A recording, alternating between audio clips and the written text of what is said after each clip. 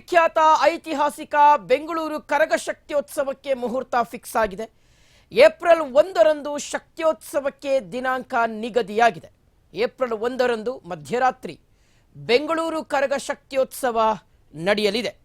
16ನೇ ಬಾರಿಗೆ ಕರಗವನ್ನ ಹೊರಲಿದ್ದಾರೆ ಎ ಜ್ಞಾನೇಂದ್ರ ಅವರು. ಸೊ ಐತಿಹಾಸಿಕ ವಿಶ್ವಪ್ರಸಿದ್ಧ ಬೆಂಗಳೂರು ಕರಗಕ್ಕೆ ಮುಹೂರ್ತ ಫಿಕ್ಸ್ ಆಗಿದೆ. ಏಪ್ರಿಲ್ 1ರಂದು ಚೈತ್ರ ಹುಣ್ಣಿಮೆಯ ರಾತ್ರಿ ಕರಗ ಶಕ್ತಿಯೋತ್ಸವ ನಡೆಯಲಿದೆ. ಬೆಂಗಳೂರಿನ ಅಧಿದೇವತೆ ದ್ರೌಪದಿ ಅಮ್ಮನವರ ಕರಗ ಶಕ್ತಿಯೋತ್ಸವ ಈ ಬಾರಿ 16ನೇ ಬಾರಿಗೆ ಎ ಜ್ಞಾನೇಂದ್ರ ಅವರು ಕರಗವನ್ನು ಹೊರತಾರೆ. ಮಾರ್ಚ್ 24ರಿಂದಲೇ ಧಾರ್ಮಿಕ ಕಾರ್ಯಕ್ರಮಗಳು ಶುರುವಾಗುತ್ತೆ. ಧ್ವಜಾರೋಹಣದೊಂದಿಗೆ ಕರಗ ಶಕ್ತಿಯೋತ್ಸವದ ಪೂಜಾ ಕೈಂಕರ್ಯಗಳು ಶುರುವಾಗುವಂಥದ್ದು.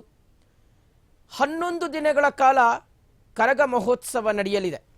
ಈಗಾಗಲೇ ಕರಗ ಶಕ್ತಿಯೋತ್ಸವಕ್ಕೆ ಬೇಕಾಗಿರ್ತಕ್ಕಂಥ ಸಿದ್ಧತೆಗಳನ್ನು ಧರ್ಮರಾಯ ಸ್ವಾಮಿ ದೇಗುಲದ ಆಡಳಿತ ಮಂಡಳಿ ಮಾಡಿಕೊಳ್ತಾ ಇದೆ.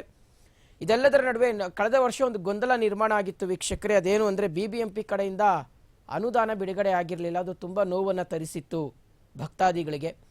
ಏಕೆಂದರೆ ಪ್ರತಿ ವರ್ಷ ರಾಜ್ಯ ಸರ್ಕಾರ ಬಜೆಟ್ನಲ್ಲಿ ಕರಗ ಶಕ್ತಿಯೋತ್ಸವಕ್ಕೆ ಅನುದಾನವನ್ನು ಮೀಸಲಿಡುತ್ತೆ. ಸಿದ್ದರಾಮಯ್ಯನವರು ಕಳೆದ ಬಾರಿಯ ಬಜೆಟ್ನಲ್ಲೂ ಸಹ ಅನುದಾನವನ್ನು ಮೀಸಲಿಟ್ಟಿದ್ರು. ಆದರೆ ಏನಾಗೋಗುತ್ತೆ ಅಂದರೆ GBA ಅಥವಾ BBMP, ಮುಂಚೆ BBMP ಇತ್ತು, ಈಗ GBA ಕರಗ ಶಕ್ತಿಯೋತ್ಸವಕ್ಕೆ ಅನುದಾನವನ್ನು ಕೊಟ್ಟಿರಲಿಲ್ಲ. ಕಳೆದ ಬಾರಿ ಅದೇ ಆಗಿತ್ತು.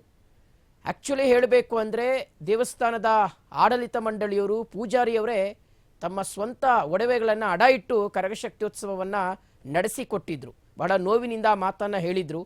ಆ ನೋವಿನಿಂದಲೇ ಕರಗವನ್ನು ಹೊತ್ತಿದ್ರು ಕಳೆದ ಬಾರಿ.